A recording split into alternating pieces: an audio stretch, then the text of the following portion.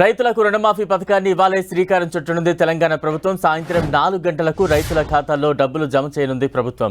సచివాలయం నుంచి రాష్ట్ర వ్యాప్తంగా 110 రైతు వేదికల్లోని రైతులతో నిర్వహించే వీడియో కాన్ఫరెన్స్ లో ముఖ్యమంత్రి రేవంత్ రెడ్డి ₹1,00,000 లోపు రుణాల మాఫీని లాంఛనంగా ప్రారంభించనున్నారు.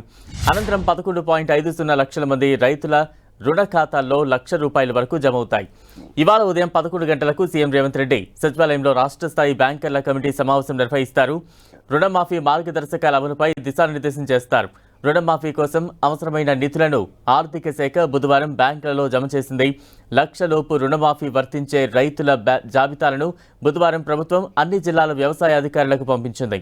స్థానిక ఎమ్మెల్యేలు, ఇతర ప్రజాప్రతినిధులతో పాటు అభ్యుదయ రైతులను, లబ్ధిదారులను రైతు వేదికల వద్దకు ఆహ్వానించారు. గురువారం మాఫీ నిధులు రుణ ఖాతాల్లో జమ అయ్యాయనే సమాచారం ఫోన్లో వచ్చిన వెంటనే ఆయా రైతులను మంత్రులు, ఎమ్మెల్యేలు అభినందించనున్నారు. ఈ సందర్భంగా సీఎం, వ్యవసాయ మంత్రి తుమ్మల నాగేశ్వరరావులు రైతులతో ముఖాముఖి నిర్వహించనున్నారు. రైతు రుణమాఫీ సంబరాలకు రేవంత్ సర్కార్ సిద్ధమైంది. ఎన్నికల్లో రైతులకు ఇచ్చిన రుణమాఫీ హామీ అమలు చేస్తున్న వేళ రాష్ట్ర వ్యాప్తంగా పండుగ చేసుకునేందుకు సన్నాహాలు చేస్తోంది.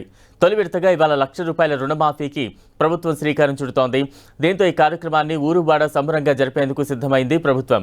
కాంగ్రెస్ ప్రభుత్వం రుణమాఫీ చేయలేదని, ఎన్నికల్లో ఓట్ల కోసమే హామీ ఇచ్చిందని ప్రతిపక్షాలు ఆరోపించాయి. దీంతో రేవంత్ సర్కార్ ఏకంగా ₹1,00,000 వరకు ఒకే రోజు రుణమాఫీ చేసేందుకు సిద్ధమైంది. ఆర్థిక సవాళ్లు ఉన్నప్పటికీ ప్రభుత్వం ఇచ్చిన మాట నిలబెట్టుకుంటూ ముందుకు వెళుతోందని సీఎం రేవంత్ రెడ్డి చెప్పారు. ఇదే విషయాన్ని రాష్ట్ర ప్రజలకు, ముఖ్యంగా అన్నదాతలకు వివరించే విధంగా రుణమాఫీ పండుగను నిర్వహించాలని కాంగ్రెస్ నేతలకు సీఎం సూచించారు. ఇవాళ ఉదయం నుంచే రాష్ట్ర వ్యాప్తంగా ఉన్న రైతు వేదికల వద్ద ప్రత్యేక కార్యక్రమాలు నిర్వహించనున్నారు. ఈ కార్యక్రమాల్లో రైతులతో కలిసి మంత్రులు, ఎమ్మెల్యేలు, ఎంపీలు, స్థానిక ప్రజాప్రతినిధులు ప్రభుత్వానికి కృతజ్ఞతలు తెలుపుతూ వేడుకలు నిర్వహించనున్నారు. మొత్తానికి ప్రతిపక్షాలు సాధ్యం కాదన్న రుణమాఫీని సుసాధ్యం చేస్తున్న వేళ ఈ క్రెడిట్ను సొంతం చేసుకునేందుకు రేవంత్ సర్కార్ రైతు సంబరాలను డిజైన్ చేసింది. ఈ వేడుకలతో ఇటు రైతుల మనసు దోచుకుంటూనే రైతు పక్షపాత ప్రభుత్వ బ్రాండ్ను సొంతం చేసుకోవాలనే వ్యూహంతో ఉన్నారు సీఎం రేవంత్ రెడ్డి. చిత్రపటానికి ఫ్లెక్సీలకు పాలాభిషేకం చేస్తూ సంబరాలను ఇప్పుడే